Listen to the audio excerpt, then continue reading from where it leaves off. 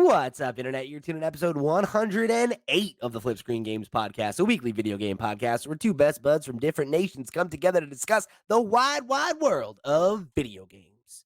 I'm your host, Pete and Bessie, joined as always by my friend in exploring the cosmos, Mr. Stephen Radford. Oh, hello. Are we exploring the Starfield? Isn't that what they call it? Yeah. The deepest black, isn't that what they call it? Which I think is I have no extremely idea. cool. Yeah, I did not realize they were calling it that. That is quite cool.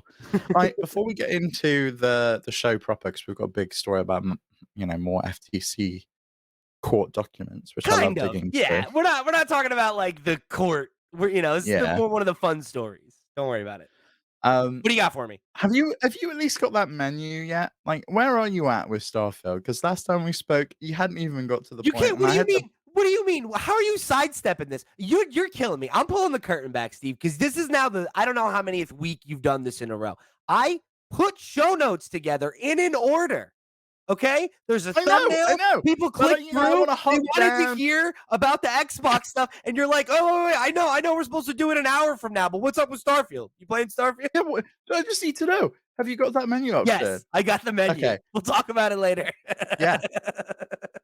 I So got the people, menu. if people want to skip down, you can listen to us actually talk about the game without me having to be very cryptic now. Oh my god. You people way overblowing the significance of this menu. I'm sorry. But we'll talk about that in a Okay, minute. We'll talk about sure. that in a minute. We'll talk about that in an hour from now, okay, or something. But anyway, let's get into the first story here, which is kind of an update to a story or a story that spun out from the FTC case a few months back.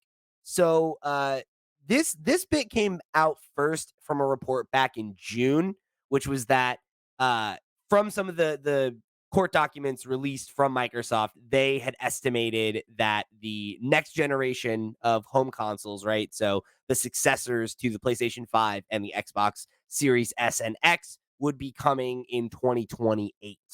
So that's something that Mm. had been mentioned by Microsoft's lawyers. It had been kind of spoken in passing, and we got another, I guess, kind of voice added to that chorus of the idea of 2028 being the year to watch now. When we got an update from one Steven Totilo over at Axios that has that 2028 launch plan being referenced in a May 2022 meeting that had more than a dozen senior Microsoft executives attended by folks like CEO Satya Nadella, CFO Amy Hood, and head of gaming Phil Spencer, as well as a number of other important high-ranking executives in the company. And in a exchange that was recorded, right, that Steven's been able to pull from here, there was a non-Xbox executive that asked the gaming leadership team about whether the next Xbox will veer from the traditional model of consoles having fixed hardware standards that all game makers develop for. So essentially the idea of, will Xbox move away from the standardization of consoles as we know it, and maybe move into a more modular, like potentially more PC like uh, console architecture, I And guess is maybe the something like question. the Steam Deck, right? Because Sure. it's not the first time in these documents that they've referenced the Steam Deck. There was other ones that came out in the same chunk that spoke about the Steam Deck in relation to Linux gaming and Stadia and what that means. And obviously, that's a way more open platform. Definitely seems like that's not the case, and they're going to be continuing forwards with the same process that we've had, the Yeah, tried and true console systems. at least to some degree, right? Yeah, the quote we have from them kind of, I think, affirms their dedication to that and why it's something that's important for the console space, right? They say, and this comes from Kevin Gamble, who's the corporate vice president of gaming ecosystems, replied saying, "We have already started this journey with Xbox One and Xbox One S, or Xbox One X, excuse me, furthering it in the Series S/X ecosystem. We need to be even more flexible going forward with Gen 10, but also provide the ability for creators to take advantage of unique hardware capabilities." So again, right? It's doubling down on this idea that like, no, we're not moving towards like modular consoles. We're not moving towards like more PC like consoles. But I was interested by kind of the specific language here. 'Cause it feels like a very specific response, right? To call out, "Hey, the last 2 generations, we've already introduced the idea of there being more than one box that, exists, for different users and meets different needs, but roughly has a standard, right? But set across the 2 of them." But saying, "We need to be even more flexible going forward and also provide the ability for creators to take advantage of unique hardware capabilities."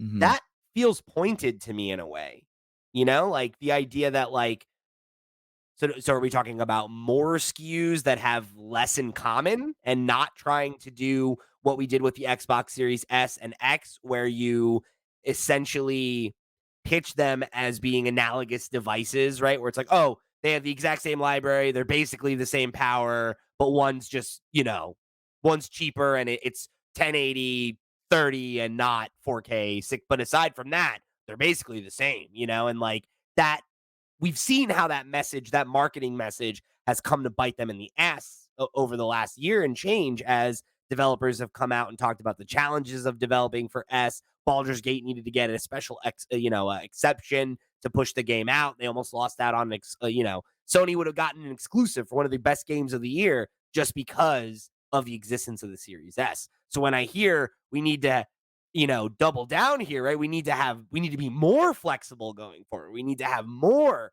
specific, unique hardware capabilities that they can take advantage of. What is that? What's your read on that, Steve?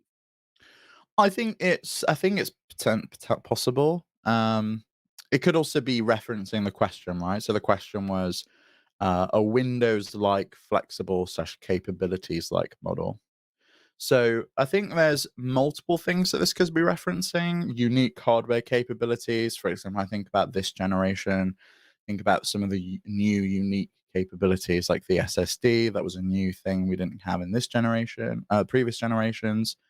Think about 3D audio on the PlayStation side. And then you've got ray tracing, right?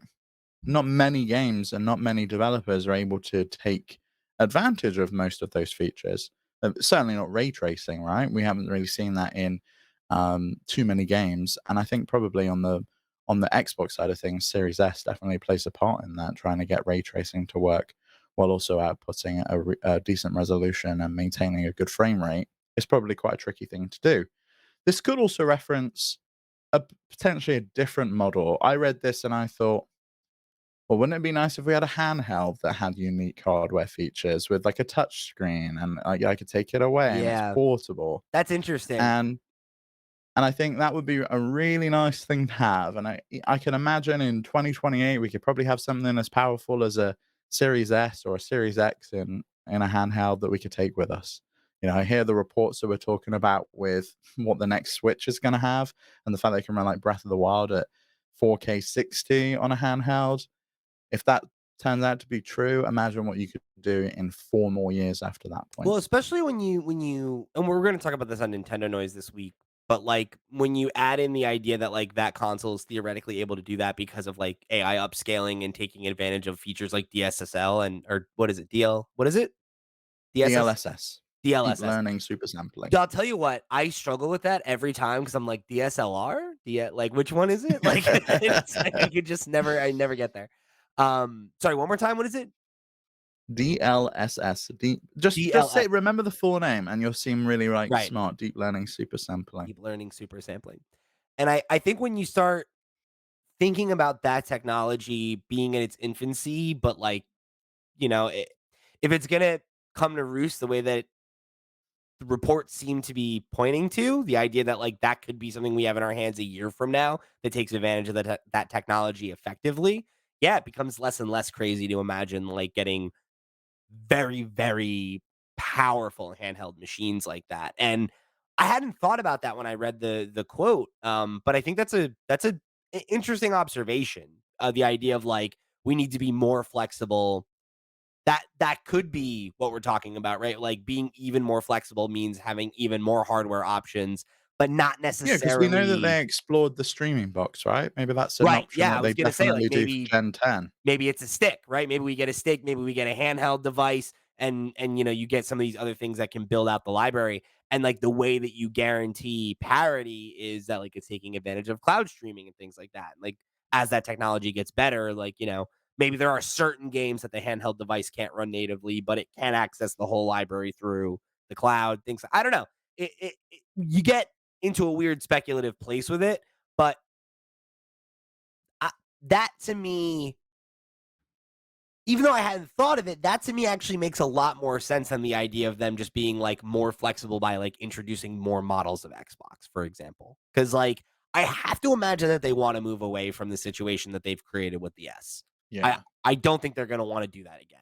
Because like we talked about it a lot at launch, where it's like it seemed like such a good idea, but it feels like such a monkey's paw situation at this point, where it's just not worth the headache and the like upset developers and having to renegotiate things and go back on, it's just like it just creates all these headaches where there should have been none, you know? Yeah, I mean, I think it solved a problem at launch, especially during the chip shortage, that they were able to get these chips that needed to be quite high yield for the Series X. If it didn't quite meet that specification, they could reuse that chip on the Series S and just kind of downclock it or turn off some of the cores that weren't working. I I think I could see them still going in that same route. I mean, I'd love to see them build like a Switch like Xbox where I take the handheld away with me. I can bring it home and I can dock it and I can use it that way if I want to. And maybe I can utilize cloud streaming to on that device when I'm at home, and when I'm away, I've installed it and I can kind of take it away with me. I think I could see them continuing the strategy that they've got, where they've got two boxes. I think probably we're going to lose the disk drive next generation, but I don't know if they do a version where they keep a disk drive. I kind of think it's dead. I think Sony's killing that with the revision of the PlayStation 5. I don't think we get a disk drive in the next generation. I think it's digital only, I especially in guess I 5 years' could time. I could see expandable. I could see it continuing to be something that you can purchase, but I don't think it'll be built into consoles because I think that's like what happened with the computer market now, right? Like it's not like disk drives don't exist. It's just they don't come standard anymore because people don't But you can't buy really games on discs. for PC. Yeah, I can't Yeah, buy a PC game on a right. disc. I don't think I'll be able to buy the next generation of games, a PS6 game.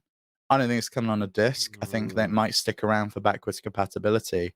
I don't think that we have them on discs. They want yeah, that market. I agree with you. I don't It know. sucks, but I think it's the route we're going. I hmm. So I was gonna say I'm not sure because it's like the thing that's always been right is like ever since the advent of the digital marketplace, that's been a question of like why are digital copies cheaper? Why is there parity with physical? Blah blah blah blah blah. And it's always been the market reality of that. Well, as long as these manufacturers need brick and mortar stores to sell boxes, then they need to sell games too, because that's where they make their money. And I don't I know anyone that bought, that really you don't need them anymore, right? I could go on my Xbox and and buy an that's Xbox on my Xbox. That's the question though, right? It's like I agree with you that I don't know. Well, you know me, I bought my PlayStation 5 at a GameStop, but that was You more bought your PS5 there because you could, but I think if you could have had it where you could go to direct.playstation.com, yeah. like we can in the UK, and just buy a I mean, I PlayStation I directly from theoretically could PlayStation. have, but I was able to get one at a brick and mortar Yeah. store before pre-orders were even available. So it was like, okay, fine. But I it's tough though because I do think there are a lot of situations in which buying the console at a store is a better experience. Like buying my PlayStation 5 at a GameStop was a much better experience than buying my Xbox from a digital storefront, which is what I did. Because for my PlayStation on release day, I went to the shop, I picked it up, I was first person in line, I got my box, I left. Right, my That Xbox, was the I weirdest day for me. Like, I remember it. We weren't no one was allowed in the shop because all stores had to yeah, close as part of lockdown, yeah, we were like and one so person in, one person out. they blocked off the entrance, and there was just a table at the front, and they would just, like, That's give us funny. your order number, and then they would, like, hand you a bag, and that was it. Like, we The way couldn't that even they go were into the doing it store. was they had 2 registers open and they would let like one person in the store at a time, more or less, but they were staggering us so that it wasn't like weighted. So it was like I'm standing in the doorway, the guy ahead of me is getting his PlayStation from register one, I go into register two, and then it's like next guy comes in and they It's just get rotated. wild. And it was like we're just gonna keep moving and we'll never have more than four people in the store entirely at one time. And it was like they were very efficient, very safe. They did a good job. Um, but my point being, I had the PlayStation in my hands. I was home and I had my games installed and I was playing Astrobot by like fucking 10 o'clock or whatever, right? When my Xbox showed up, I had to pull up tracking and it's 10 stops away. It's one stop away. And I'm sitting there waiting because God forbid it sits there for too long and somebody walks off with the package. It's like, oh, you muted. We never have that in the UK, and with Amazon have got this new Well, system you don't now where have you've that. You gotta, don't have that like where you live because you live in the burbs. But I'm no, no, sure. no, they won't leave them on the doorstep. They just will Oh, not. really? Not a pack. And Amazon in the Interesting. UK now has for a purchase over £100, because I had this the other week. Yeah. You have to give them a PIN number now. Like, it gives you a unique code on Good. your app, Good. and you have to give it to them, and until you give it to them, they will not Dude, hand you the I hate package. that because, like, or I hate that that's not standard because every time I've had that happen where like a package has been stolen or something like that, it's because whomever, whether it's Amazon, whoever, right? Okay, we're delivering it on this date. Just kidding. We're moving it up 2 days. It's like, well, I'm not home that day, Oh my and god, yeah. I What do hate you want that. me to do? And they're like, well, we dropped it off, and it's like, well, I told you not to drop it off. I told you to require me to be there to accept the Mhm. package, and they're like, well, I don't know what you want. And it's like, okay, well, send me another one then, I guess, right? Like, and then I gotta wait. It's like with a new console, obviously you don't want to be dealing with that. So, point being, there are advantages to brick and mortar, and I think there are still a significant number of people that probably buy their consoles that way. But like to your point, if Xbox and PlayStation and Nintendo are just like, fuck it, like no, like we're not going to sell them at Walmart or Target or whatever anymore. You can buy it directly from us, or you can get it from Amazon or whatever other. I genuinely think that's what they're gonna do. Like, why would you cut someone else in who you don't have to? That's why the digital storefronts exist. It's why Yeah. PlayStation made a digital edition in the But I mean, first place and made it there's so much access. cheaper. Like access is a thing, and it's like there are still people that go to Target or Best Buy or whatever and buy their stuff there. And like there are people that might buy oh, I'm at Target and oh, there's an Xbox on sale. I've wanted one. Let me grab it. Like, and I think you're probably right that like we're so far removed from that being like the percentage of the market, but I wonder if they see it that way and like how big of a percentage is it? And are they willing to risk that those people will just go buy it somewhere else? Because I think they will, but like, do they see it that way? I guess is the question, you know? But do you need to sell games? Like, I think at this point, it's at a point where they could just say, "No, we're not gonna do it. We're not gonna sell games this way anymore." We're already seeing some games come on multiple discs on Xbox. I think Starfield was one of them, and God knows how big they're gonna be on the next generation. If that trend continues, how many discs am I gonna be going with? Is it gonna be like a Final Fantasy VII, like, issue No, on you used to have games PlayStation 1, in and four I've, like, discs. Who cares? 4 discs in a go, I gotta keep installing it, and, I wanna go back to a different region, insert a different disc to install that section. I don't know, I man. just think it's insane. I think you're probably right, but it's like it hasn't changed yet. So like, is next generation the tipping No. point or not? I guess. I think so, yeah. I think so. I think PC's gone that way. PlayStation's about to kill the disk drive as standard on any of their consoles. We've got two SKUs of the Xbox, the series, both the 512 gig and the 1 terabyte version of the Series S that doesn't have a disk drive, and I think the Series X is next to go. I would not be surprised if we see a version of the Series X without a disk drive, a digital only edition, like we got with the Xbox One S, the Xbox One S digital edition. I could see them doing a similar thing with the Series X, and I don't think a lot of people care. I think a lot of people, especially on the Xbox side, are using Game Pass anyway. They're probably not putting a disc in their Xbox for the most part. They're just downloading what's available on Game Pass and they're playing it. And I think Microsoft know that. It's either that or the trend that's going to continue trending towards streaming, And I think Microsoft knows that as well. That's why there's been such a huge investment in there. It's why the EU and the CMA made such a stink about the streaming stuff. That's the route that the market is heading towards. It's convenience. It was convenience with music. It was convenience with movies. It's going to be convenience with games next. Yeah, yeah, I think it'll be interesting to see if games adopt that at large, um, in the same way, because I think I think there's an argument to be made that it's slightly different, but I don't think it's that different. Like there's challenges, right? Where like I could see the argument where like obviously there's technological limitations, right? Like games being huge and having to be streamed and all that kind of stuff. Like there's quality issues. There's all these things that make it substandard experience, right? That can be fixed with technology, right? And as the technology grows, it'll it'll get more evolved. It'll get simpler. It'll be something that for the average person is good enough. And that's all that matters. That said, there is like the value equation question. I think that is tough. I think the reason Game Pass works is because of how much Microsoft can put into it and like how much they've been able to spend to grow their library and yada yada yada, right? Like all the things we know they've been doing. I don't need to re-explain it. Well, yeah, and they know that. They were shitting on Stadia, they were shitting on Amazon Luna in these court Right. documents, saying that, they Phil, I think, literally said in the document he didn't really understand that Google, such a huge competitor, were just taking so long on this. So why were they taking so long to make anything work? Yeah. And it comes down to their strategy, right? Stadia was just a lost cause.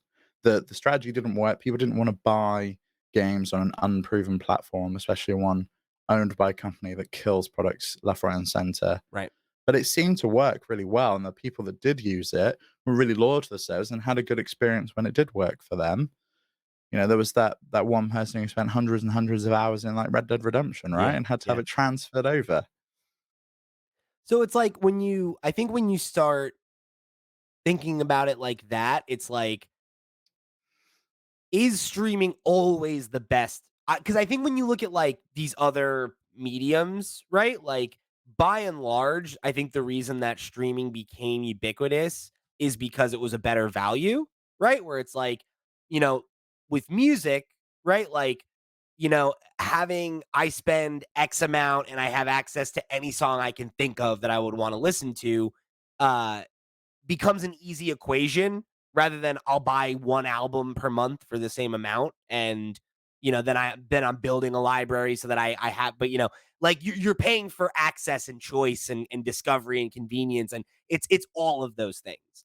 And like with And games, and that was a darn sight better than downloading something crappy from LimeWire. Maybe right. it's labeled correctly, maybe it's not. Maybe I get a virus, and maybe Yeah. it's like a really, really low quality version of the song, and then I've got to spend all this time and effort. And I and literally just type what I wanna listen to in a box, and And it's you also there. have the benefit of like curation tools and stuff like that that are things that if you're the average person who just listens to music when you want to have something on, like you don't again, it's for the general consumer, not the enthusiast. And like what I guess I'm interested in is how does that work with video games being such a hardcore enthusiast market? Like is streaming of games something that ends up appealing to the mass market and brings a lot more people in and lets them get a Mhm. taste and it ends up being the way that that gamer that we always talk about who buys a PlayStation and maybe a copy of FIFA and they buy Elden Ring or they buy whatever, right? They have like the one big AAA game that they play a year and then they play a couple sports games and they play Call of Duty or Fortnite with their friends or whatever. Like does that person end up not buying video games anymore and they get a PlayStation and PS Plus, or they get an Xbox and they get Game Pass, and that's how they get their games? But like, does that work for the enthusiast? Like for somebody like who knows that they're going to put 300 hours into Starfield, is it a better deal for them to just buy a copy of Starfield or to have this streaming? You know what I mean? Like, I And that's when I think options need to be there, but options are there for music enthusiasts. If I sure, want, right. to get a turntable and hook it Still up buy it. to You can still buy an albums too, amp and right? some speakers, yeah, I could Yeah, buy albums. The options there, but I think for the layman, the person that just plays a couple of yeah. games a year, plays with friends, plays a bit of Fortnite, plays a bit of FIFA, plays a bit of Call of Duty, why would you not just stream it? And I think that's where they're looking to go. Like I've said on last week's episode, I saw so many people streaming Starfield Right. this last week, and I think a large part of that is because, oh, I've only got a PlayStation. I don't really have a gaming PC. I don't really have anywhere else to play this game.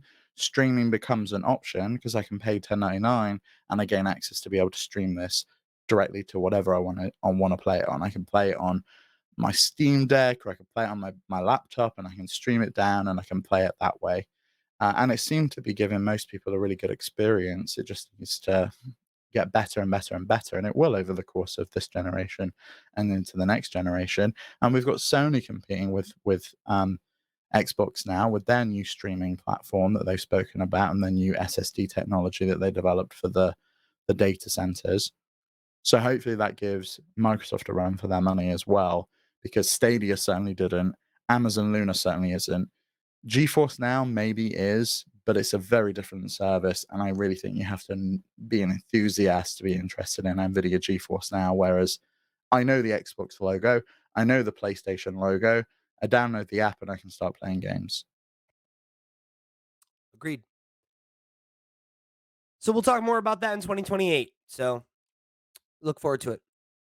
Let's move on. Elder Scrolls 6, we got some news. Hold on, everybody. All right, hold on. Deep breath, folks, because it's still a ways away. Okay. But Oh, we know a few things. First off, unsurprisingly, Elder Scrolls 6 allegedly skipping PlayStation. Are you surprised? yeah, it definitely is skipping Of course, PlayStation. right? There's no way. Not Yeah. news at this point. Of course, it's skipping Yeah. PlayStation. Fine. Here's what we know. Now, the latest update not expected until 2026 or later. What do you make of that, Steve? You think there's any neighborhood that we get it in 2026? Because I don't. Um, yeah, possibly. I Yeah? mean, this is a pretty up-to-date document. It Yeah. says the first half of 2023 for Starfield, um, which I guess wasn't even true, right? It No, was that the was second wrong. half of 2023. Yeah. But Redfall was in first half of 2023, and that only got announced and pushed out late last year. So this is probably Yeah. a fairly recent document. I feel like that game is such a different situation though now that we know what we know about it. Like knowing that that game was a game that like was not really the game that Arcane Studios wanted to work on and it kind of was forced Mm. on them and then Xbox comes in and they're like, "Yeah, yeah, cool. Do your thing. It's yeah, that's great." Like Elder Scrolls 6 I think is I could see going through a pretty lengthy development cycle and if we get to a point where they're like, "We need a delay. We need to do this. We need," like they're going to get that, right? Like if Yeah, they get what they're given, but is it Todd Howard's last game? When does he wanna retire? How long have they been working on it? yeah, but like if it's This Todd game, Howard's he last wants to get out game, the door. but if it's Todd Howard's last game, even if he wants to retire, don't you think he wants it to be perfect? Don't you think he wants it to be like the best fucking thing he's ever done? Yeah, possibly. Do you think this generation, though? If the next generation's 2028, do you think this is 2027 or 2028? Yeah, I do. Like I don't think this comes out this generation. I You think don't? You think it's a next gen game? I kind of do. Because that's 2028 or 2029. That's Yeah. a long way away. I mean, well, That's another 6 years away. let me ask you this. How long do you think this game's been in development? Actually. I think this game has been in active development for the last 2 years, and I Active think they development? You think we're like yes. through pre-production and the game is actively being worked on for 2 years already? You think that? Yeah, and I think they then pulled people off to finish up Starfield because Starfield was due out, like, 2 years ago, Right. and then it got delayed and then delayed again, and I Uh-huh. think that Elder Scrolls 6 was probably ramping up to active development as Starfield was ramping down, coming up to that release point, and then they've probably had to pull people off to help out on Starfield and And get that's that the across thing the is, line. I think you're probably right about that, but that to me means it's not 2 years in active development. Maybe it was supposed to have been, but I don't think it is. I think if they've had all hands on deck on Starfield the last 2 years while they're trying to make sure it didn't come in too hot. And like, how many people does that leave to work on Elder Scrolls in the meantime? And granted, like I recognize that the scope of an Elder Scrolls 6 is so much different than Starfield. So even Yeah, if you haven't got to you're not starting from scratch, you've got a lot of the lore you've got the already. lore, you've got right, totally. But, And like, how much assets can they start with from Elder Scrolls Online or from I would say Skyrim none. and bring some of those I would say over? none. Don't assume that.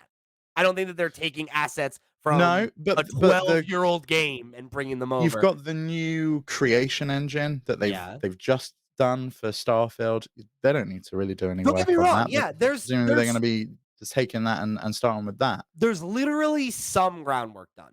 But, like, I don't know, dude. Like you said, like, that's another 6 years. Okay, but, like, that I think that that's you gotta think about how realistic that is. That, like, I think AAA development cycles are about 5 to 6 years now, where they used to be, Yeah, like, 4 to 5. So, yeah, again, sure, if it's 2 years in development already, 4 years out, sure, but I don't know that I think it's 2 years in development already because let alone everything that went down with Starfield, think about the other reality is that so if you said it's in active development for 2 years, that would mean, active development started in 2021?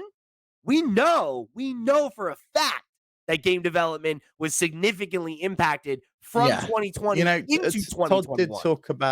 did talk about that in an interview with Gene Park over the Washington Post this week, and he said that as they were working from home, development was very, very slow, and that was one of the reasons that they wanted to push for the delay.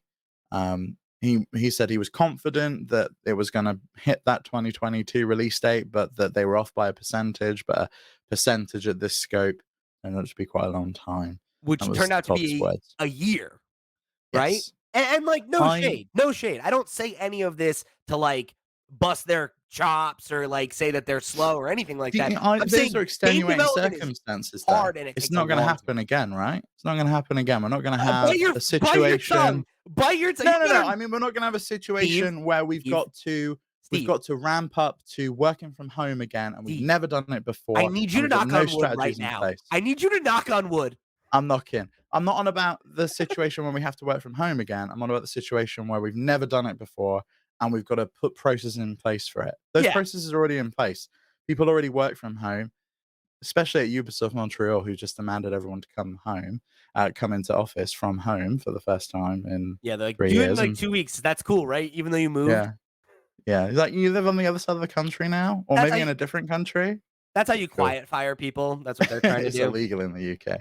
It's Um, constructive dismissal. I'm sure that they're gonna get sued in France too, 'cause it's pretty shady. Like, I would be very surprised if they didn't get sued. That's tough to get away with in most countries. Yeah.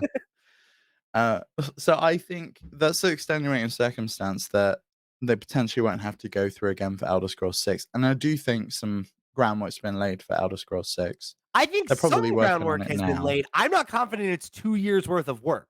I would say even if it's been 2 Well, I years, mean, say it's been 2 years, but those 2 years have been broken up because they started off with the work from home stuff and then they all had to stop working to move hmm. over to Starfield. Like that's very disruptive. Even if it's a best case scenario, that could represent 2 major disruptions to the start of development in the last 2 years that you're describing. It depends when they started pre-production as well, and Right. presumably they started pre-production at the point where they revealed the When they told logo. us it and they're like, "Hey, we're working on it." Which was what, 2017, 2018, something like that? Sounds about right. Yeah.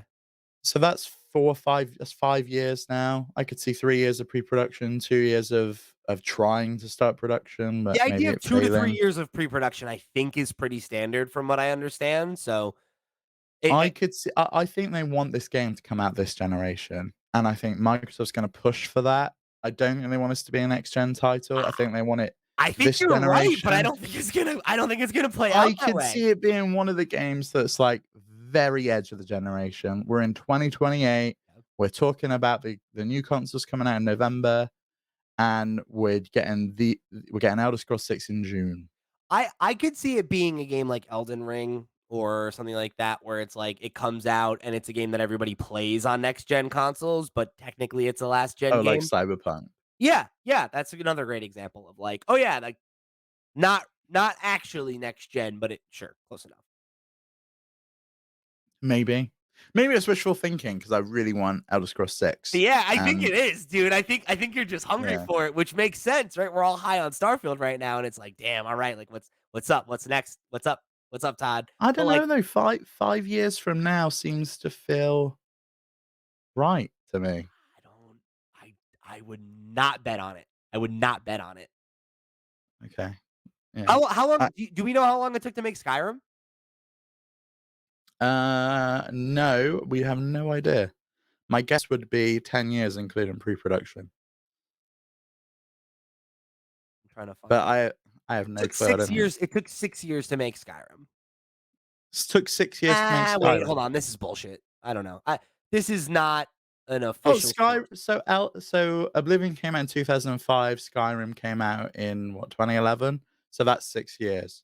If Yeah. you're talking about we finished Oblivion Right. and then immediately we started on Skyrim, which I do not think was true because we in between that we also had 2 big expansions for Oblivion and Fallout 3. Yeah, so it's probably a little bit less than that. But I mean, it could be like what you're describing, where it's like 2 years of pre-pro, 4 years of the active development. But again, that was like 2 generations ago. Like games take a lot more time. Like I remember a few months ago, right? Jason Schreier tweeted this that like if a game were to start development now, it would be a PS6 game, Yeah, which makes sense, you know, but that's right? then taking it into 2029. Theoretically. So I think it's coming out this generation, or they at least want it to. I would not be I think surprised. you're right that they want it to, as according to this graph. But I mean, they wanted Starfield to come out 2 years ago, right? Yeah, they did. We I would not be we had surprised. 3 release dates for that game. Like, you're telling me you're looking at this and they're like, "Yeah, yeah, yeah, it's coming in 2026." I'm like, I "Sure it don't think is." it's coming 2026. No, there's no chance. You think But it's I what, do 27 then? So it's the 27 year or before next 28. generation. 20, it's 27 or 28. I think it Or could be and if it's the 28, year of next generation, like yeah, The Last of Us Part right. 2 was. Right, exactly. But I mean, I to me, that seems a lot more likely that it's So 2028 or later. yeah, I don't think 2029. I don't think they want this to slip into the next generation of console. Yeah, I think you're right, but I think that's what's gonna happen. I think they've Depends got who they've got themselves on working on it. a They might have weird a cycle now. million they might have a million support studios that they're chucking their way. Maybe. Maybe. I don't know. We'll have to see, Could I be guess. nice. I guess would be nice. It'd be really nice. So, we'll save our conversations around the Elder Scrolls 6 for, 2028 or Yeah. later, but or 2026 or later. I'll give them the benefit of the doubt on this one.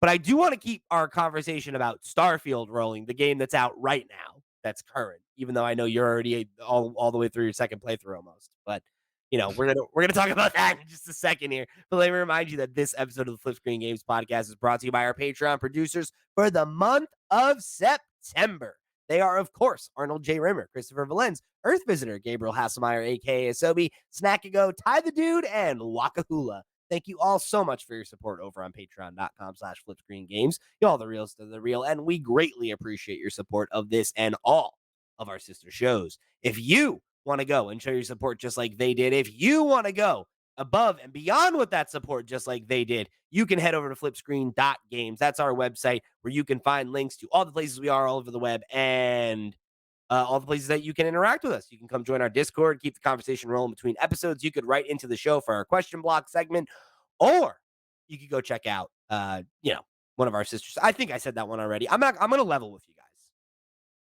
because it's time to talk about Starfield. All right, so flipscreen.games. That's the website. Go check out. Yeah, let's talk about it. Much like Steve, I had a very similar experience this week where I got COVID, and for the last, I don't know, 3 days, I feel like I've spent 50% of my waking hours in Starfield, and it's starting to mess with me a little bit, but also I'm having a good time with it. So, I could not stop playing it when I was sick. It was ridiculous. I was like, well, I might as well keep going. I might as well do another quest. Oh, where's this one taking me? Oh, okay. dude, Let's just keep going. it was like 3 in the morning last night because so this game has been fucking with my sleep so bad, and then when I got COVID, it made it even worse because I get so tired in the middle of the day, so I'm like napping and then being like, Yeah. well, I guess I'll stay up until 4 in the morning playing Starfield. Like a degenerate. So, and it's been great though. I mean, last night it was like 2:30, 3 o'clock, and I'm like, I'm tired. I'm about ready for bed, but I could get one more quest in and just another 45 minutes go by, you know? I had a similar experience. I'm still playing the game. It slowed down a lot for me because I'm like doing all the side stuff that I didn't do before. I spent like 3 days doing every quest on Neon. I was just, I'm just gonna do them I all. still haven't been to All. Neon. It still hasn't taken me there. How? It takes you there for the 3-star rangers. Have you not done that quest line? Oh, is that Neon? No, but then you join the 3-star rangers and it Oh, will no, I say, haven't joined the Rangers yet. okay. That's why. Okay. When you join the rangers, the first quest is go to Neon. Okay. Okay, yeah, I haven't done that yet. Yeah, I mean, update from where we spoke last time, and I guess how do you wanna do this, Steve? Because I'm feeling like maybe we throw up a spoiler tag, Yeah, I'm gonna spoil things for people here. So if but you not have not, me. Don't spoil things for no, me. not for you, but I'll ask before I spoil anything for you. But if you've not played up to the point where you have a new menu option, turn it off now, So or here's in keep here listening if you don't care. and I'll give you this context so that you know exactly what it is. There's a mission, right? Vladimir, you're gonna meet Vladimir. He lives on the Eye space station, right? And you do a few missions for him, and it's at the end of that string of missions, you'll unlock a special ability, a new menu, and uh, uh kind of open up the next chapter of the story. If you haven't done that yet, now's your out. Otherwise, we're gonna light spoilers for everything up to that point, I guess, which your mileage may vary. But I think if you've been playing the game, you'll be safe. If you are still on the fence and wanted to hear us talk more about it, you know, either prepare for some mild spoilers or go with God, and we'll see you next week. Yeah. So you've unlocked Fusro finally. You can now press Finally, the yeah, bumper buttons and you can do some powers. I got my Dragonborn abilities. Yeah, Yeah. I Not got called I got Dragonborn in this game. Do you know what it's called? what? Starborn. No, they're not. Yeah, they are. That's so silly. Yeah. Stubborn. Okay, whatever. Fine. It's a cosmic Marvel ass villain name, but whatever. Yeah. uh, okay, that's fine. Um, I don't. So hot take.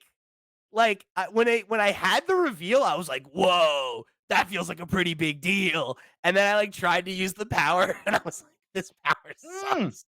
No one knows what it does.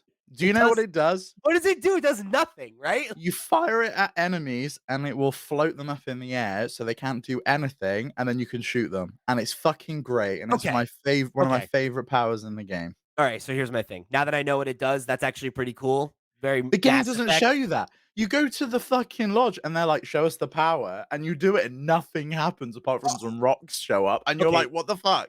Okay, so here's my thing. Okay. So I want to preface this because it's going to be very similar to last week where I'm going to say a lot of things about this game that fucking annoy me. So I want to get it out of the way. I love this game. The more I play this game, the more I like this game. It's sneaking its way up my list. I really like this game. I'm in it. I'm fucking in it. Yeah. Okay. That said, why is this game so fucking annoying? Like with so much shit like that. Why don't you tell me how anything works ever? Like it's fucking insane that you because okay, the game doesn't tell you how the power works. It gives you the power. It tells you how to use the power. It asks if you want to favorite the power. Great. Why? Why on God's green earth would I think that it does that, Steve? Because if you recall, the stupid fucking way that I just unlocked the power was floating around a room.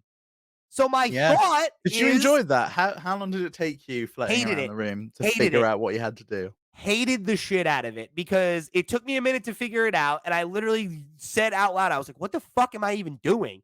And then I see You're that, flying into some little floaty star things yeah, in a right. pattern. Yeah. Figured it out. And then I'm like, cool, Yeah. got it. And then they made me do it for 5 minutes. Oh, okay. So you don't have to do it for 5 minutes. You can do it in about 20 seconds, but you have to hit every single one of them before it despawns. That's annoying. Yeah, it's I really thought that's fucking what was annoying. happening. That's annoying. And you will have to do it. You know that screen that shows you the power? And there's like 30 of them on there? Uh-huh. Yeah, I'm gonna have to You do it have to like do 30 it times. 30 times. Yeah, I Yeah. know. I'm very much not looking forward to that. Yeah. And that was the other thing. I was screaming about this. I was like, you were like, okay, I got off work. I'm gonna take a nap before we record. Go do this mission so we can talk about it." Okay, let me go do it. And I'm like, "All right, quick, quick, no You're like, problem." Where are the anomalies? I've got to look around with the scanner." It's so poorly communicated. And then I found out, right? Because I looked it up. Because here's what happens, right? I drop on the planet. It says investigate the anomaly or whatever, right? Cool, great. I pull up my scanner like it tells me to do. Look for the disturbances in the scanner. Okay, right? So I start looking around, and what is there? Dozens of on the surface of the planet. Oh, an anomaly zone. Clearly, I must have to go to the anomaly zones and Yeah, scan all yeah. of those, and that'll be how this moves forward. No, no, no, no such luck. They're just there for some reason. Don't know what they No, do. so it tells you what they're there for. They are triangulating on the temple. So Great. all of those are around the temple, Except they're but not. what you have to look for is They're all just around where my ship landed, which is not where the temple is. I So know. actually, they're not good at that. They're useless.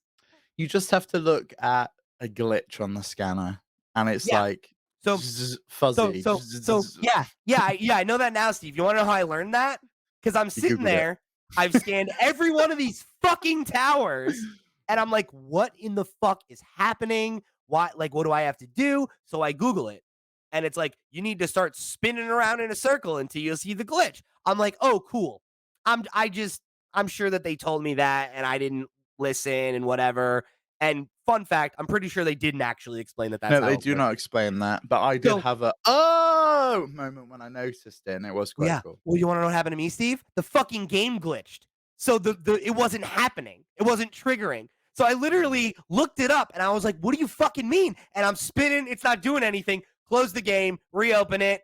Guess what? It works. And I solved it in 5 seconds. I was like, "Wow, this was truly the least fun I've had playing this entire game. Mhm. This mission would have sucked if it worked the right way, and it didn't, so it drove me insane." And then and then finally get there, trigger all this stuff, and it takes like 2 seconds. And I was like, cool. So this whole thing, I wandered around the surface of this planet for like 30 minutes because the stupid game doesn't tell you how the system works, and then it glitched and it didn't work. Like, you gotta be kidding me. You gotta be kidding me. And then I get the stupid power, and I'm like, power doesn't even do anything. Yeah, I Now had I the get same it. experience Now with I that get power, it. but there are some really cool powers, and do you mind if I spoil a couple of my favorites? Yeah, fine. There's one that gives you unlimited O2, so you press the button and you just Oh. run forever. Really, Oh really my good. god. Finally, that's the other thing that drove me crazy about this mission is that the entire mission is running around the surface of the fucking moon, and I'm like, this is the worst part of this game Yeah. because I'm encumbered, or even if I'm not encumbered, I run for like 30 feet, and then it's like, all right, you got to catch your breath, and then run some more. It's God. Oh, there's also a weird thing in this game. If you're overweight, if your character's overweight, you will not die from running out of breath. Really? Yeah, just go make yourself fat in the recreator How thing. fat do I got to be? I'm pretty fat already. I made You myself. won't die then. Your health will go down, but you won't die. It's really unusual. Huh. I Hope don't I'm know if it's fat a enough. glitch. Yeah, I don't know if it's a glitch. Fat people just got better lung capacity, you know? Yeah, apparently, yeah. That's what it is. I'm obviously used to lugging it all around all the time. Exactly. Um, and then there's another one which I really like, which is a reflective shield. So you can like put a shield up around yourself, and when they fire bullets at you, it fires the bullets back at them. Have you done the Mantis quest yet? No, I have not. Oh, you gotta do the Got a Mantis. good shit from that, huh? Yeah, I got some good shit from that. I got a helmet that has that Mm, built into it, and it's awesome. yeah. They You shoot. get some really good stuff from that. You'll How get some did you really good just never do it? Like you No, I never? just never did it. Never Oh, found it. dude. Never came across it. It's so funny because I came across it early on, and it was one of those quests that I'm like, oh, I'll get to it, I'll get to it. I just wasn't, and I saw a video. I don't remember if it was a YouTube short or if it was on TikTok or whatever, but um, Alana Pierce did like a spoiler free here's like 5 things I wish I had known when I first started, and like I think it was like the first one. She's like, do the Mantis quest early, and I was like, oh, Yeah. okay, Mantis why not? Quest is meant to be really good. Let me go check it Free out. 3-star Rangers will get you some good shit. So will Vanguard, and I'm doing so the will Vanguard quest right R now. Ryujin. If Okay. you if you like talking to your way out of things and not fighting your way out of things, do the Ryujin quest. You told me that last time. I'm definitely gonna do it. I there's a kiosk you can start it on in New Atlantis. Actually, you don't have to go to Neon, but I figured I'll do that one after Yeah, when you maybe, get to Neon, yeah. and maybe I'll do it after I do the Vanguard because I'm right now. When I had that other quest, like there's the Vanguard quest that comes up where you can go do the pirate stuff. I forget what it's called, but That's not a Vanguard quest, that's when you commit crime and then it's a UC quest where you but it comes from the Vanguards. It's a like an undercover mission that they send you on or well, something. it's not. It's like it's UC system defense, so it's UC SysDef. Oh, right, right, And, right, right, right. Yeah, I'm they're saying part it of kicks off from that though. yeah, they're part of United Colonies, but the Vanguard's like the military, and Right. then that's like the security side of things, but Yeah. they are both, UC quests. Yeah, I I haven't got that because I just shot down a UC ship because it was like, "You've got contraband on board," and I'm like, "No, I don't." And then you got that quest that way? You have to get arrested in New Atlantis, Oh, that's and hilarious. then you'll get the quest because they're like, "Oh, we know you're, a shady guy," and then Oh, you can that's go and funny. join Actually, the I remember I was listening to a review discussion and somebody said that they took the quest where you become a SysDef officer and then they stole something out of someone's locker and they got caught and arrested and then they got like offered to join the FBI basically. I was like, oh, that's Yeah. hilarious. Yeah, it's really cool. And you can become like a double agent. And I haven't got far enough into the quest yet to know if I can side with Crimson Fleet or I have to do assist death. I kind of want I to be a pirate. I bet you can side with them. Yeah, I really want to be a pirate on this playthrough because I'm on New Game Plus, so I'm changing my playstyle quite a bit. Yeah, my character's been like evolving because like at first I'm like, like his background is he's a space scoundrel, so it's like I was smuggler type. Street Rat from Neon, wasn't he? Something Exactly. like that. Yeah. Yes. Street rat from Neon, and then I was a space scoundrel smuggler type, and then got an honest job mining. Right now, I'm back in the game. Wanted to get off that planet. Now I'm out there exploring. But see, now I feel like it's kind of come together because I started doing the Vanguard quest, and I'm like, okay, so maybe this is his narrative, and he's like a Star Lord kind of character, where it's like you started, or I guess Han Solo's like this too, right?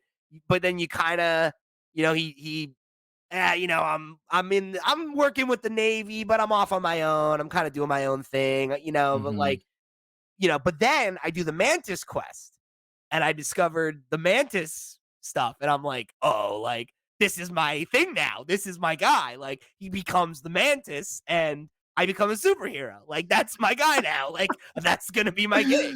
Like I am Space Superman or like Space Batman. Like that's how I'm playing now. Just gonna help everybody, and I've been helping people anyway, but I've been like kind of still being a scoundrel once in a while. Like Oh, I'm a dickhead. I stole Absolute somebody's dickhead. ship, stuff like that, but like Yeah, I blow people up all the time. I don't care. They ask for help, and I'm like, nah, you're such a dick. whatever. I'm out for myself. I ain't got no spare resources to give you. What are you joking? I'm doing great now. I got plenty of resources. As I've been playing through this second playthrough, there's a couple of things that I've noticed that are a bit weird about the game. I have had a glitch where it's like broken a quest and I cannot complete that quest, and I'm hoping they patch it. An enemy spawned behind a wall and it Oh won't come out, no. and so I can't complete that quest. And I can't load back in because like it'll take me back too far and it's like overwritten saves. So I'm just not gonna bother with that quest at this point. Man, I'll tell you Um what, this game's autosave is not good. no, it like overwrites all the time. It's like you get one slot of like autosave And it's and like then one slot of quick save. and it just happens. No, you don't have to have one You that's get autosave. one slot of quick save, but you can have multiple saves from what I could Yeah. tell. Yeah. Hmm. You can have multiple quick saves. Um but yeah, it's like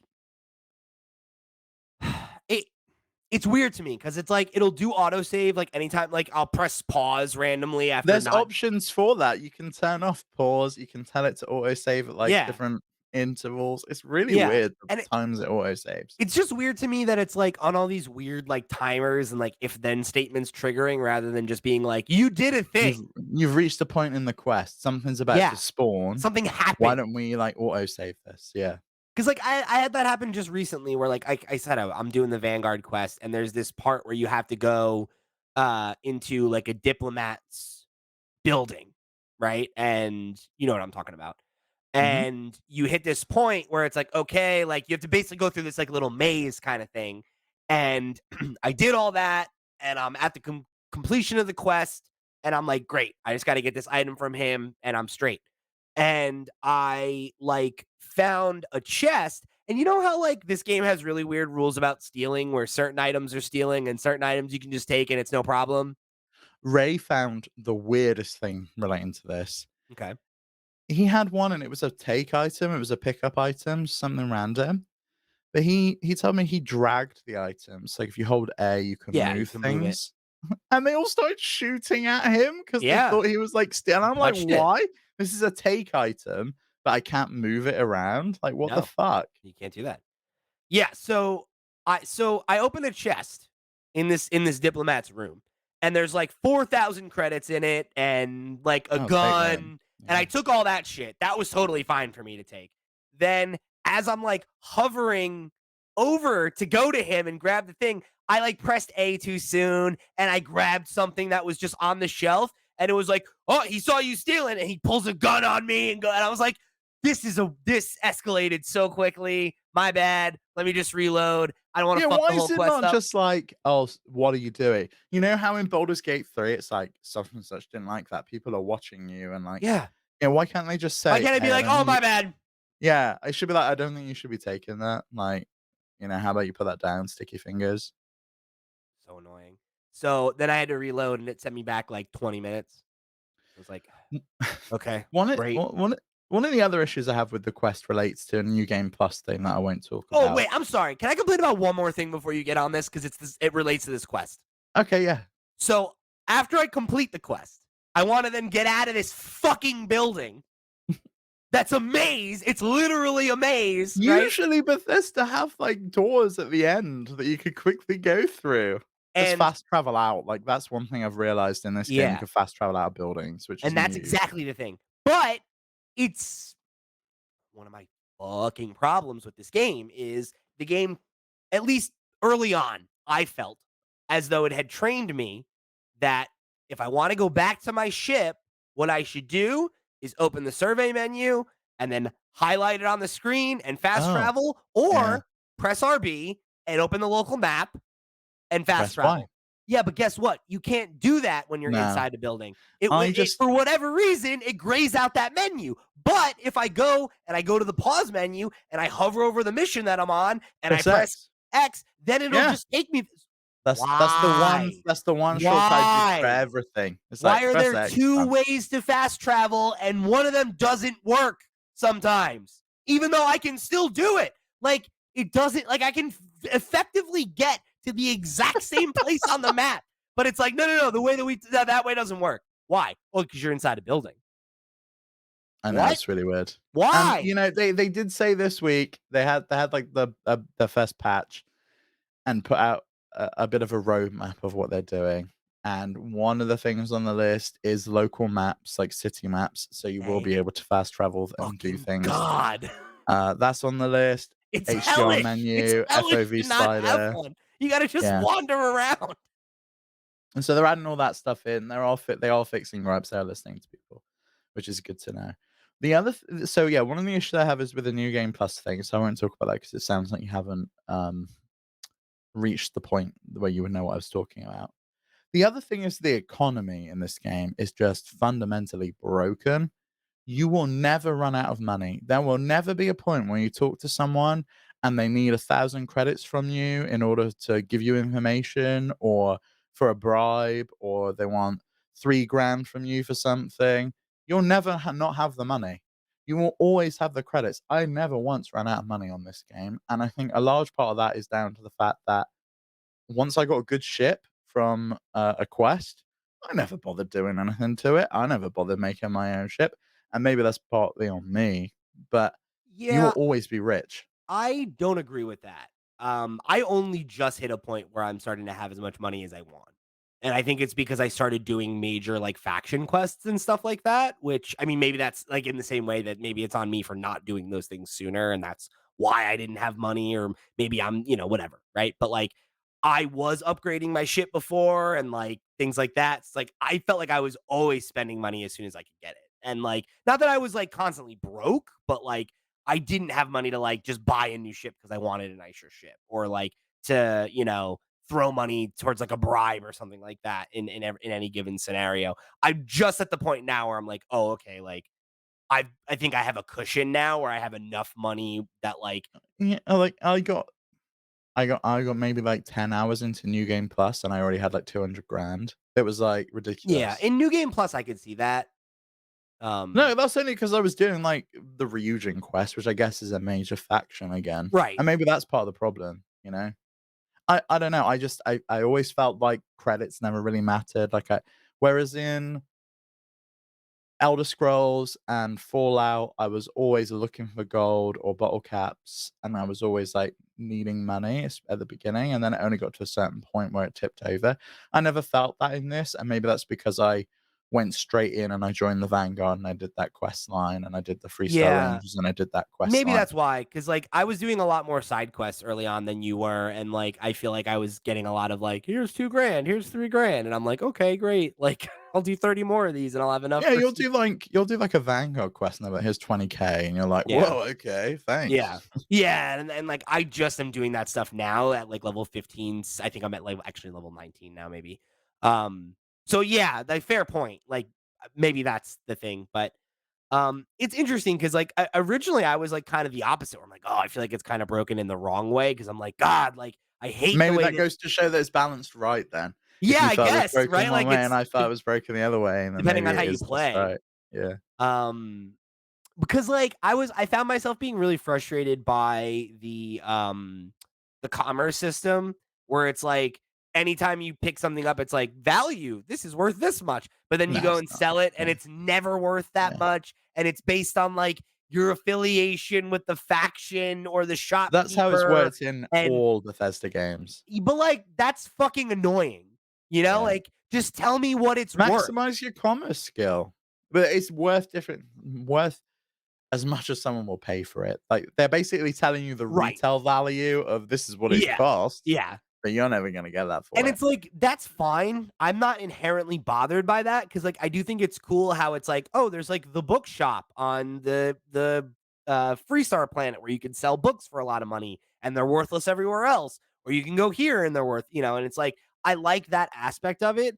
I wish it did a better job of like communicating that to you in some way of like, oh, Yeah. based on your current modifiers, if you sell it in New Atlantis, it's worth this much. If you sell it here, it's worth that much. Like, it's a You lot know, I would to like to expect see me to something like know that. all of that and remember all of it at any given time when I have all these other like, it's just it's like I feel like that's just the nature of a Bethesda game, there's always a wiki you go to find out where to go, and it's, like, part of yeah, it that you just have to remember. Maybe that's something they could fix in a patch or a DLC. Maybe they make it so you can have, like, a computer on your ship, and you can look up the prices of things and stuff. something. Like, there's ways to Like do that. I it reminds me of in the Link's Awakening remake, from a couple of years ago, there's like a log that you get where anytime the game gives you a clue that's relevant to what you need to be doing, you can go and look and it'll be like, oh, like, don't forget, like, so and so told you this thing about this thing. And it's like, just gives you like a nudge because it's like, man, I've been playing this game for, 30 hours already or whatever. And like, they've given me there's times where they give you so much information that it's like overwhelming and it's like I can't remember all this at once. And then there's times where I'm like, why didn't you tell me how the system worked? Why didn't you tell me I could lean when I'm in cover? Why didn't you tell me that I could do this? Why I've do I still never leaned in cover, can't be asked. Just and it's cannot be just bothered. it's just like I wish the game communicated with me a little bit more. And I don't want it to hold my hand. I don't want it to walk me to solutions, but there are times where I'm like, I know what I want to do, and I don't know why I feel like I have to There's like that help screen, but it's ridiculous, and it's just a wall of text, and it's not really yeah, separated into categories very well, and it's, it's like, not searchable in any terrible. way, like, it's not, it's like it's like they gave you a fucking encyclopedia to be like, "If you need to solve your problem, here you go." It's like It's tough. Yeah, uh, there's got to be some good though, right? You're still having a good time. That's the thing, right, man? Is like all these things I'm complaining about, like they're trivial in the grand scheme of things because I Yeah, they're love the paper game. cuts. Yeah. It's so yeah, paper cuts is the right way to put it. You said that last week, and it's like I just love the game, man. Like I love the sense of exploration. I love the sense of discovery. I love how it ups the ante of the like random like water cooler moments that Skyrim did so well. Like I love being able to like tell my own story in these moments, you know, and being like, oh, like this is who my character is and this is how they deal with stuff. I think the only thing that I am finding I don't like about that stuff is I feel like I feel limited by some of the options. And not that the game doesn't give you options, but I feel like it kind of funnels you a little bit more than I want it to sometimes just based on like I feel like all the like so okay there's like what, 4 characters that are like the main characters who are your companions, and I feel like their personalities are all like very unique in a way like that feels good as storytelling devices, but in Mhm. practice, I find traveling with them to be a little annoying sometimes because like they're just no? Oh, that You oh, cut you cut out for a second there. they're all just like such goody two shoes. And like I Um, I I play don't a know that I agree with that. really? Yeah. Oh my god, When you dude. uncover some of their personalities, I don't think they are. Maybe, but I guess it's not like their personalities to me as much as it is like They hate that you're stealing, or they hate that you're attacking a ship, or they hate that someone.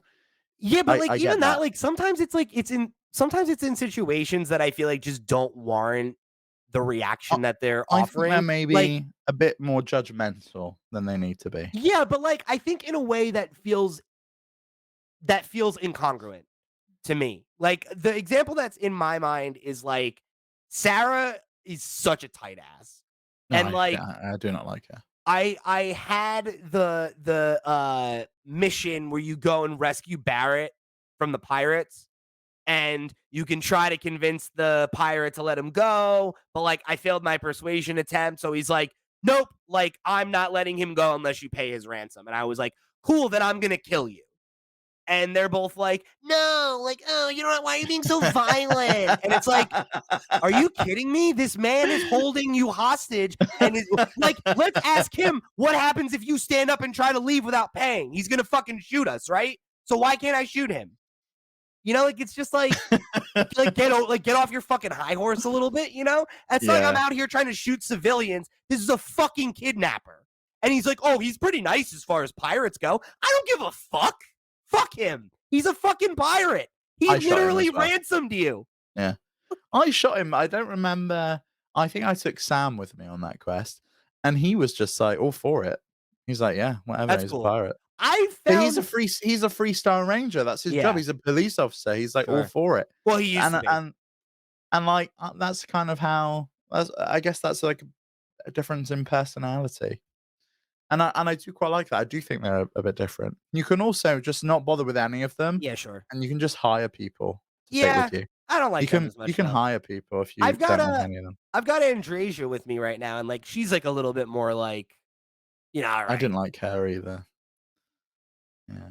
She's rough around the edges, but Yeah, my 2 favorite, and I'm interested who your favorites are gonna be, um, were Barrett and Sam. I liked their stories, their I personalities. like them too. I I need to go back and do all of the companion quests because I never finished them all on my first playthrough, and I can't finish them all on my second playthrough, so I need to play them on a third playthrough. Why can't you?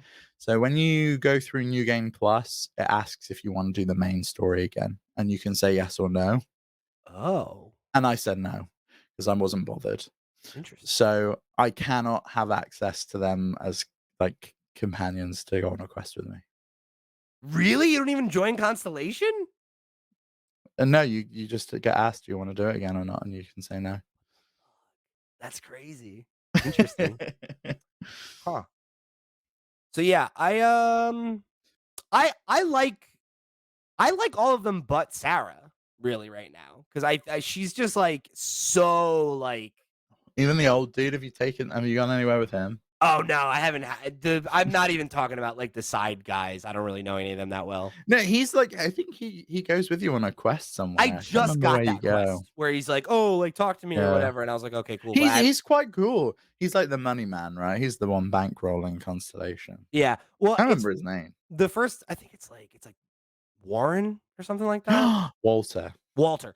The Yeah. first time I talked to him, I was like when you first show up and he's like a shithead, I was like, "Oh, cool, great." And then like when you have the first like actual conversation with him, he's like, "Yo, my bad." Like I was a little bit rude, you know? And then like you could basically ask him like, "What's your thing?" And he's like, "Oh, I'm just a money guy. Like I don't pretend that I bring as much to the table as anybody else, but like Yeah. somebody's got to He sign the hooks bill." you up with a ship though, so And I it's was nice, you like know? literally, I was like, all right, like if your job is the money guy and you're like, I'm just the money guy, like, and I accept that that's my role and I'm not like trying to like big time you, then I'm like, all right, like that's okay, I But guess. he's the money guy, but what's his incentive to find out what the artifact is in case it's something good for his company? Like, presumably that's why he's doing this. Like, maybe is he doing it out of the goodness of his heart because he's an explorer and he's interested and he wants to find out what this thing is? Or is he doing it because it's potentially lucrative for him as a capitalist? I don't know. I'll find out. But the nice thing is with that type of guy, it's like I find out he's the wrong, find out he's like, "Wait, that guy can't fight, like let's kill him. What are you gonna do? Wow. Okay. Look, oh, now you're judging me. You're out here like fucking murdering owl bears and leaving people for dead when they ask Yeah. you for help. But Yeah, and then someone put like a Steven didn't like this thing up here, you know. I kill one evil capitalist and you're judging me. There's enough evil people in that game, you know. Go kill some mercenaries, some ecliptics. I have been left and right. You kidding me? Every time there's a mission where they're like, okay, so you could just pay this person off, or you could go kill a bunch of pirates. I'm like, yeah, I'll go kill some You're pirates. like, yeah, I'll kill them. I get the XP and I get to shoot things. It's My great. my favorite lines of dialogue I've experienced so far is on the first mission you do with Sam, where you have to go get the map from his dad and everything. And there's Yeah, a that was so national treasure. I'm like, oh, cool. Yeah, we're going here to get the maps because you know we got to go steal the Declaration of Independence. So I'm like, when's Nick Cage showing up? and I love the part where like you're talking to him about like he's like, all right, we got to go here and like get the thing, but like that's where all the pirates are, right? Like that's where they're hanging out. And I was like, great, let's go kill all the pirates. That sounds like a totally reasonable thing for us to do. And he's like, look, we're going to get the artifact, all right? If like killing pirates gives you your like killing bad guys gives you your jollies, then that's a bonus. And I was like, all right, great. I mean, I'm not hearing a no, so let's go. Yeah, I think I just persuaded him in that and then just got the maps and I was like, yeah, let's go. Done. Oh, that's after that though. After you get Oh, the map, okay. because you got to go to the place, and the spacers are they're like using it as a base because the anomaly is like forcing all the monsters away or the aliens away or Yeah. whatever. Um, I loved that how he's just stood in front of the door and I'm like, I wonder what room the map's in. Maybe the room that the guy stood in front of. It's like search the house for the map, and I'm like, oh, I wonder where it is. I'll be in the only room with a closed door. Yeah, the only room with a closed door. I can either get Sam to distract him, or I can fucking persuade him just to move out the way, which is what I did. I wonder if you could Yeah, just shoot him in the face as well. That'd probably do it as well, but then Sam probably would not like that. Like I gotta Sam dislikes that say, for murdering his dad. I do wish that they would let you kill more NPCs that are like plot relevant. Like Yeah, me too. like there are like I've had that happen once or twice where somebody I'm like, this person's a dick. I wonder what happens if I just shoot them. And 9 times out of 10, it's nothing. It's they crouch and then you get a bounty and your partner runs away. And it's like, okay, Yeah. Have you done that? Have you kinda like I shot someone in broad daylight in New Atlantis to find out what would happen. I yeah, was like, I just wanna find out. yeah, I did it just to see what would happen. Yeah. And it's like, I don't know, it's fine. Like it's those moments I find a little frustrating once in a while because like this game is so interesting because like there are parts of it that are like so immersive, and then there are parts of it that like, and I said this I think the first week we even talked about it before we had played it, where like I think it was Gary Whitta who said this where I heard it first, where he's like, there like parts of the game where it feels like you're in Disneyland and it feels like you're Mm. walking around a theme Yeah, park. yeah, I think you said it was, Westworld. Sure. And like I mean that as a compliment more often than not. Like walking around the cities, it does feel like walking around a theme park where you're like, "Oh, like I love that though, because 'cause it's they're all cool. different, It's they're all good." themed. Yeah, I'm with you. Like I vibe with that part of it a lot. It's the Have you parts. been to the resort world yet? Where it's literally just like the White Lotus Hotel, No. and all the rich people go there for, like No. Oh, that's and interesting. there's, like, a plastic surgery place there, and everyone goes there just for plastic surgery, and they No. can, like, go, like, chill out in the hotel. That's a really good one. You Have should you go been to check the that one one out. with have you been to the planet with the death race yet? No, where's That's a that? fun one. No. It's, like, kind of on the right side of the map, and it's, like, a kinda, like it's, like, a random kinda planet, and you go there, there's a person you find in the well who wants you to, like, pick up a package on this planet, and while I was Oh, there, that's I went and cool. checked it out, and it's like, "Oh, yeah," it's, like, this death race, and all these monsters, like, chase you and stuff, and it's pretty cool. I went and did that already, and there's a guy who has, like, the world record, and he's, like, done it, like, 27 times or something. Oh, yeah, is that the Red Mile? Is Yeah, that yeah, that one? yeah, yeah, Yeah, yeah, yeah. that's really cool, yeah. And it keeps track of, like, how many runs you do, and I'm like, "Oh, I wonder what happens if you beat his record." Like, bet you something like Yeah, that is and cool. it's like you get there and you think you're done. It's like, "Right, you better come back then." And you gotta run back through Oh my god. the place. And I ran through it literally, so I was like, "Oh no, all the monsters are still there." Yeah, me too. I was like, "I'm not shooting any of these." I can tell I like it's like you've got a sprain. There's like, prognosis, sprain got worse, and I'm like, "Great." But, like, I think that's the thing that bothers me, like, the most is when I have those moments of, like when it feels like a good theme park, I'm in, and I'm like, "Cool, like, this is a very, like, boutique crafted experience," and like, that stuff works really well. But Mm. it's like when I have those moments where, like, I do bounce up against, like feels like I should have some consequences for this that are different, you know? Like, it's annoying that, like But you go to Disney jail, and Mickey's not very happy with you, and that's basically it.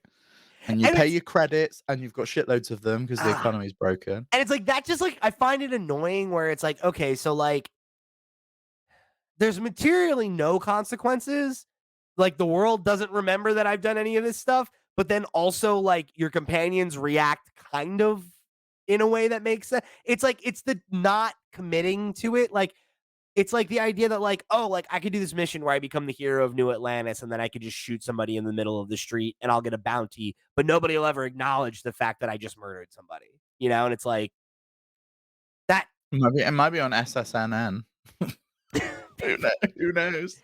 but you know what I mean? Where it's like you compare that to, like, Baldur's Gate, right? Where it's like, oh, look, we almost made it through the whole episode without somebody bringing up Baldur's Gate, to compare it to Starfield. But like, you can kill a character, and then it's just like, okay, you can't interact with this character anymore, right? Like whatever things you were gonna do, Yeah, and it's like I get that there are certain characters in this game where like that just you doesn't make can't. sense, Yeah, you but can't I kill wish them. that they would just handle that differently. Like I wish it was like, Don't let me shoot them. Don't when I don't, put the yeah, gun in their face, like, put the gun down, like, I think they do that in Cyberpunk. yeah, or like, or have it be like, oh, you shoot them, and then guards come in and pull you out or something. Like have it be like more in universe, you know, and like why can't I kill this random person that has a name?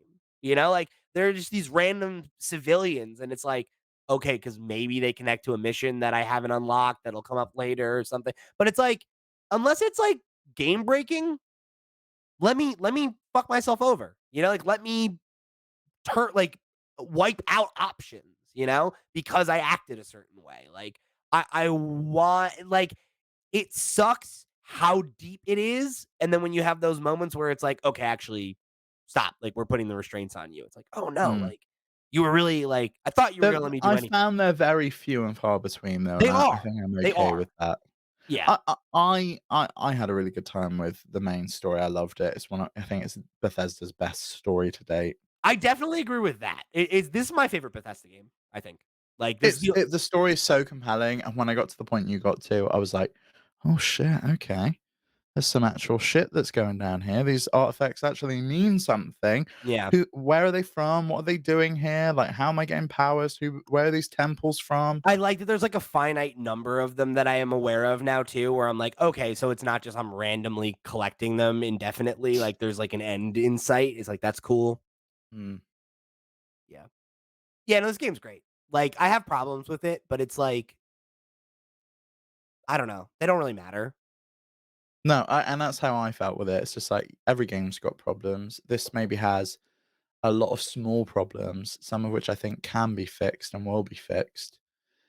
Some can't be, fundamental design flaws, like you say, where it's not deep enough in places. You can't cause actual harm to people, that would stop you, that limits your choices. I think some of the faction stuff, they should make it similar to the previous games where you join one faction, you can't join another, you've sided with them, gives you more of an incentive to play through Yeah. than the incentive you've got currently. Why should I be able to join Vanguard? And there's even a point in the game where I think you can ask, and it's like, oh well, if I'm a citizen of, because I was born somewhere else, my backstory is that I'm a citizen somewhere else. Can't remember where it is. And it's like, well, can I be a citizen of New Atlantis as well? And they're like, yeah, we don't care where your story. You're just, you do your time in the Vanguard and Yeah. you can become a citizen.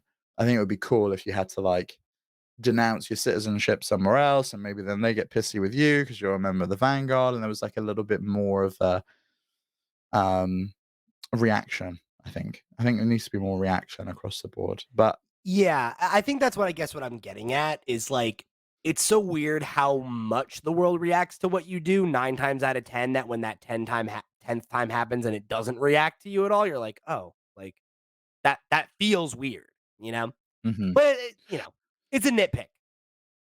Yeah, yeah, and I think all of these are nitpicks. This is for me my favorite game I've played this year, and I think it's probably one of my favorite games of all time. It will continue to be so. I'm really looking forward to the DLC. I'm probably going to play for a third time. New Game Plus 1, 2.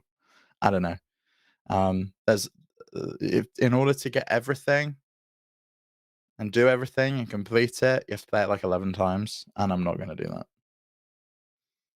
You say that. I'm not going to do that. Over your whole life? You don't know. No, not New Game Plus it though. Like I would want to like, I don't know, start again and experience it all again, and yeah. Alright, fair enough. Well, we'll leave it there for today. Oh, gosh.